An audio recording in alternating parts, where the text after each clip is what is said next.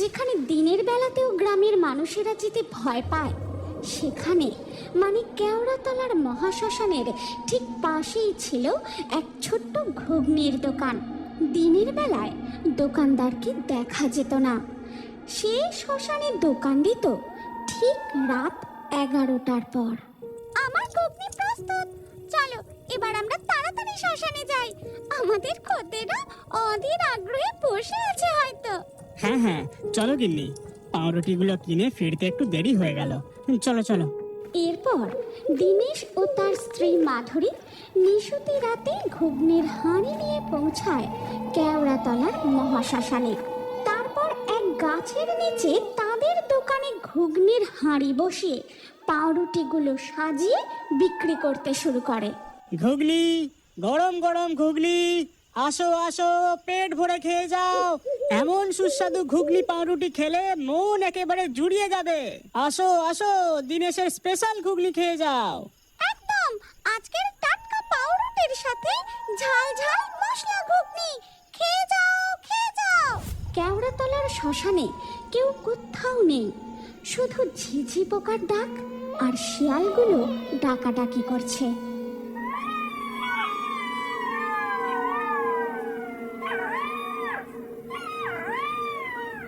এমন সময় সেই শ্মশানের পাশের রাস্তা দিয়ে সাইকেল চালিয়ে বাড়ি ফিরছিল দীনেশদের গ্রামের এক প্রতিবেশী। ঘুগনি, গরম গরম ঘুগনি, সাথে একদম টাটকা পাউরুটি। খেয়ে যাও খেয়ে যাও, ঘুগনির সাথে পাউরুটি খেয়ে যাও। গোটা শ্মশান চত্বরে একটাও জনপ্রাণী নেই। এই দিনে যে এত জোরে জোরে ডাক দিচ্ছে, এত রাতে কে আসবে ওর ঘুগনি খেতে? এমন সময় ঘটে এক ভৌতিক ঘটনা।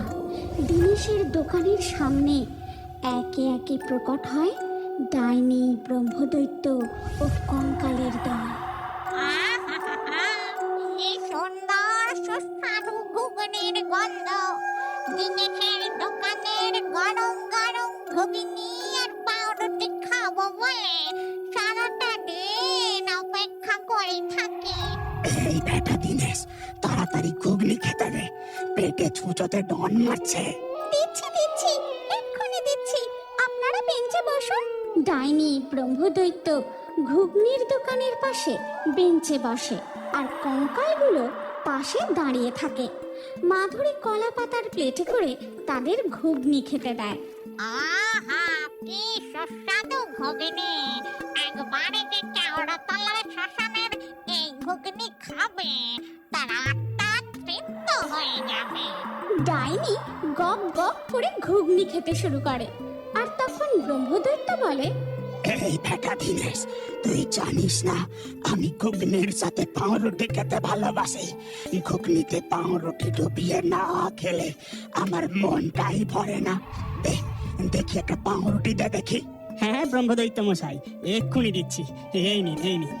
দীনেশ ব্রহ্মদৈত্যকে একটা পাউরুটি দেয়। তারপর পাউরুটির সাথে ঘুগনি মাখিয়ে ব্রহ্মদৈত্য গোগ্রাসে খেতে থাকে। শান্তি! এই সুস্বাদু ঘুগনি খেয়ে মন পেট সব একেবারে শান্ত হয়ে গেল। দাঁড়া, তোকে দামটা মিটিয়ে দিই। এই বলে ব্রহ্মদৈত্য তার কুঁচোর থেকে আদ্যিকালের একটা সোনার কয়েন বের করে দীনেশের হাতে দেয়। আর এই সব কিছু লুকিয়ে লুকিয়ে দেখছিল সেই সাইকেল যাত্রী। ওরে বাবা রে বাবা, কি ভয়ঙ্কর কাণ্ড! এই শ্মশানে ভূতেরাই তার মানে ঘুগনি খাবার খদ্দের, আবার একটা সোনার কয়েনও দিল। যাই, বাড়ি গিয়ে বউকে ঘটনাখানা বলতে হবে। লোকটি সাইকেল নিয়ে তার বাড়ির দিকে চলে যায়। এরপর সারা রাত ধরে দীনেশ ও মাধুরী শ্মশানের ভূতেদের ঘুগনি বিক্রি করতে থাকে। ভোরের দিকে মাধুরী বলে, চলো গো, এবার আমরা বাড়ি ফিরে যাই। সব ভূতেদের ঘুগনি পাউরুটি খাওয়া হয়ে গেছে, আর কেউ বাকি নেই। এই ঘুগনিটুকু আর এই কটা পাউরুটি শুধু পড়েছিল, এটাও যদি বিক্রি হয়ে যেত মন্দ হতো না। যাকগে, এবার আমরা বাড়ি ফিরে যাই, চলো। এই বলে দীনেশ তার ঘুগনির দোকান বন্ধ করতে যাবে, ঠিক সেই সময় বলো হরি, হরি বল, বলো হরি। হরি বল, বলো হরি, হরি বল, বলো হরি, হরি বল। একদল লোক একটি মরা নিয়ে কেওড়াতলার শ্মশানে প্রবেশ করে। ওই দেখো, আবার একদল লোক শ্মশানে এলো। একটু দাঁড়িয়েই যাই, বাকি ঘুগনি আর পাউরুটিটাও হয়তো বিক্রি হয়ে যাবে। লোকগুলো মরার খাটিয়া নামিয়ে রাখতেই হঠাৎ খুব জোরে ঝড় ওঠে। আরে আরে, কি জোরে ঝড় উঠলো রে বাবা! আশেপাশেও যে দেখি কোথাও দাঁড়ানোর জায়গা নেই। ওই দেখো, ওই দিকটা একটা দোকান খোলা আছে। চলো চলো, আমরা ওখানে যাই। এমন সময় আকাশে বিদ্যুৎ গর্জে শুরু হয় ঝমঝমিয়ে বৃষ্টি। ওহ, বৃষ্টিটাও শুরু হলো। এই মুষলধারে বৃষ্টিতে চিতা জ্বলবে না। চল, আমরা এই দোকানটায় গিয়ে আশ্রয় নিই। লোকগুলো মরাটাকে ফেলে রেখে ঘুগনির দোকানে গিয়ে আশ্রয় নেয়। বাহ, কি সুন্দর ঘুগনির গন্ধ! এই গন্ধে খুব জোরে খিদে পেয়ে গেল। কই গো ঘুগনিওয়ালা, আমাদের 1 প্লেট করে ঘুগনি দাও দেখি। হ্যাঁ হ্যাঁ, দিচ্ছি দিচ্ছি, এক্ষুনি দিচ্ছি। দিনেশ তার ঘুগনির পাত্রের ঢাকাটা সরাতেই ঘুগনির মন মাতানো সুগন্ধ গিয়ে পৌঁছায় মরার নাকে, আর সাথে সাথে তার মধ্যে থেকে ভূতটা বেরিয়ে আসে। কি সুস্বাদু খাবারের গন্ধ! ওই তো, ওই গাছের গোড়ার দিক থেকেই আসছে। যাই, তাড়াতাড়ি যাই, আমার খুব খিদে পেয়েছে। মুষলধারে বৃষ্টির মধ্যে মরার ভূতটা দিনেশদের ঘুগনির দোকানের সামনে গিয়ে দাঁড়ায়। তারপর বলে, তোমরা ঘুগনি বিক্রি করছো? আমাকে 1 প্লেট দাও তো, আমার খুব খিদে পেয়েছে। হ্যাঁ হ্যাঁ, দিচ্ছি, এখনই দিচ্ছি। এরপর মাধুরী সেই ভূতটাকে কলা পাতার প্লেটে ঘুগনি খেতে দেয়, আর ভূতটা মন ভরে ঘুগনি খেতে থাকে। আর তাই দেখে লোকগুলো, ওরে বাবা রে বাবা, এই যে ভূত, ভূতে ঘুগনি খাচ্ছে! রাম রাম রাম রাম রাম রাম। আরে, একে দেখতে যে অবিকল, আমাদের কেলোর মতো। এটা কেলোর ভূত নয় তো? বেটা, আমাকে বৃষ্টির মধ্যে একা ফেলে রেখে এখানে মজা করে ঘুগনি খেতে এসেছিস? তোদের সাহস তো কম নয়। ভূতটাকে বেজায় রেগে যেতে দেখে মাধুরী বলে, রাগ করবেন না, আমাদের ঘুগনির দোকান সবার জন্য। ভূতেরা আমাদের ঘুগনি তৃপ্তি ভরে খায়, তারপর তার আত্মার মুক্তি ঘটে। আর অভুক্ত শ্মশান যাত্রীরাও আমাদের ঘুগনি পাউরুটি খেয়ে পেট ভরায়। এই ঘুগনি খেয়ে আমার মন প্রাণ একেবারে জুড়িয়ে গেল। আমার সারাটা জীবনের অতৃপ্তি এই শ্মশানে তৃপ্ত হলো। এবার আমি চলি, আমি চলি।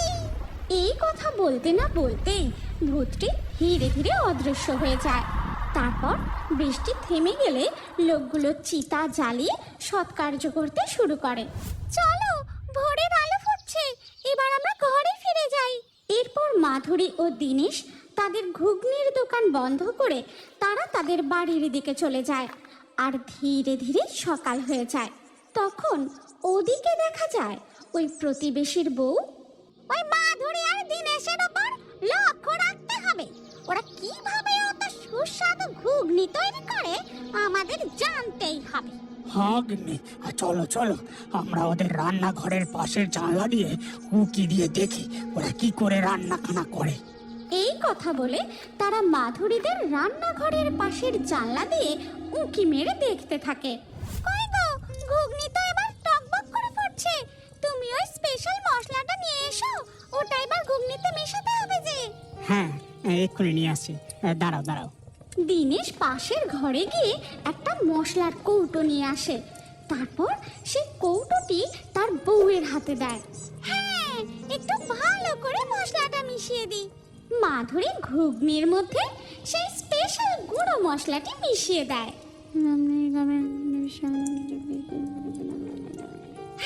এবার হয়ে গেছে। এই সব কিছু রান্নাঘরের জানলা দিয়ে মিনতি দেখে নেয়। তারপর তারা তাদের বাড়ি ফিরে আসে। ও, আসল রহস্য তার মানে ওই মশলাটা। আমাদের ওই মশলাটা যেভাবেই হোক হাতাতে হবে। ওরা তো রাত্রেবেলা শ্মশানে ঘুগনি বিক্রি করতে বেরিয়ে যায়, তখন বাড়িটা একদম ফাঁকা থাকে। এরপর ধীরে ধীরে রাত হয়ে যায়। প্রতিদিনের মতোই মাধুরী ও দীনেশ ঘুগনির হাঁড়ি নিয়ে কেওড়াতলার মহাশ্মশানে সেই গাছতলায় ঘুগনির দোকান দেয়। আর ওদিকে বাড়ি ফাঁকা পেয়ে রান্নাঘরে ঢুকে সাধন ও মিনতি। ওই গো, ভালো করে খুঁজো না, ওই মশলার কৌটোটা কোথাও তো দেখতে পাচ্ছি না। দাঁড়াও, আমি পাশের ঘরে গিয়ে দেখে আসি। সাধন পাশের ঘরে গিয়ে খোঁজাখুঁজি শুরু করে। আর ওদিকে শ্মশানে ঘুগনির দোকানে ভূতেরা ভিড় করে ঘুগনি খেতে থাকে। এমন সময় পেয়েছি পেয়েছি, এই তো ওই মশলার কৌটোটা। সাধন ঘুগনির স্পেশাল মশলার কৌটোটা হাতে তুলতেই ওদিকে ডাইনি বলে ওঠে, এ কি সর্বনাশ! দিনেশের ঘর থেকে মশলার কৌটো চুরি করছে। চলো ভূতেদের দল, ওকে আটকাতেই হবে। সাথে সাথেই ডাইনি, ব্রহ্মদৈত্য ও কঙ্কালের দল শ্মশান থেকে অদৃশ্য হয়ে মাধুরীদের বাড়িতে যায়।